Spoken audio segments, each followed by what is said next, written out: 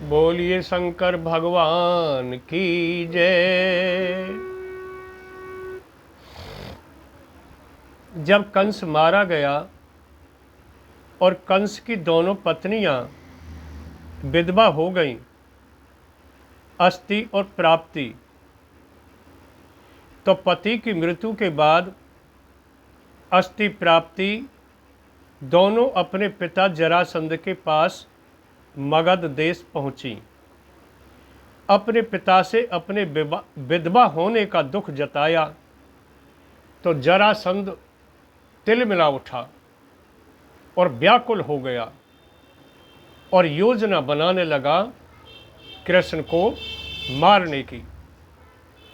तो इस जरासंध ने यूनान से, और कालयवन एक राक्षस था जिसके सामने कोई नहीं डटता था, उस कालयवन राक्षस को बुलाया और अपने साथ लेकर के और मथुरा को चारों तरफ से घेर लिया।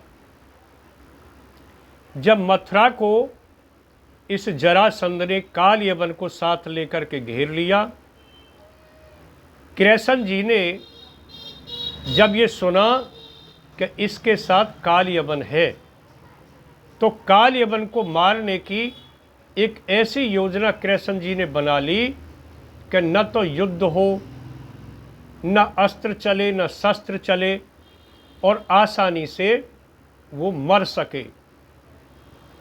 एक महाराजा मांधाता के पुत्र मुचुकुंद को बुला लिया और मुचुकुंद से कहा कि मुचुकुंद, तू उस गुफा में और प्रवेश करके और लेट जाना, और मैं उसी गुफा में आ रहा हूं और मैं तेरे ऊपर पीतांबर डाल दूंगा और मैं गुफा में आगे जाकर के छिप जाऊंगा, और उसी गुफा में पीछे पीछे मेरे कालयवन आएगा, और कालयवन जैसे ही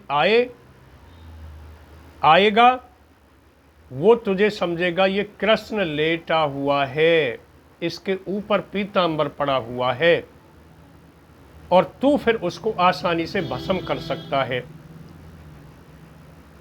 तो मुचुकुंद में ऐसी कौन सी बात थी जिसने आसानी से उस कालयवन को भस्म कर दिया?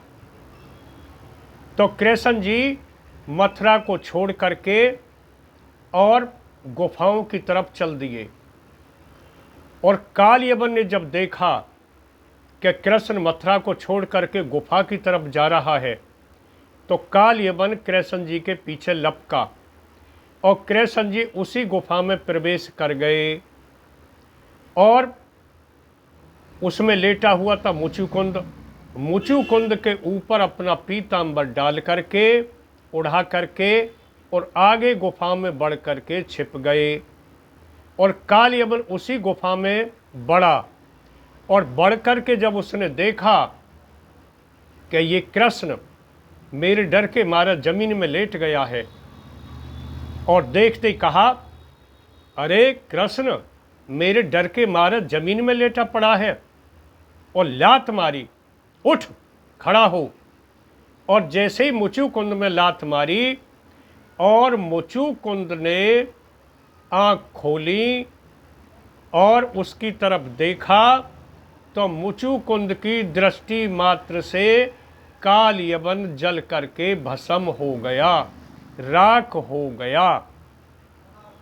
ऐसा मुचुकुंद था जिसने कालयवन को अपनी दृष्टि मात्र से भस्म कर दिया। बोलिए मुचुकुंद महाराज की जय, कृष्ण भगवान की जय।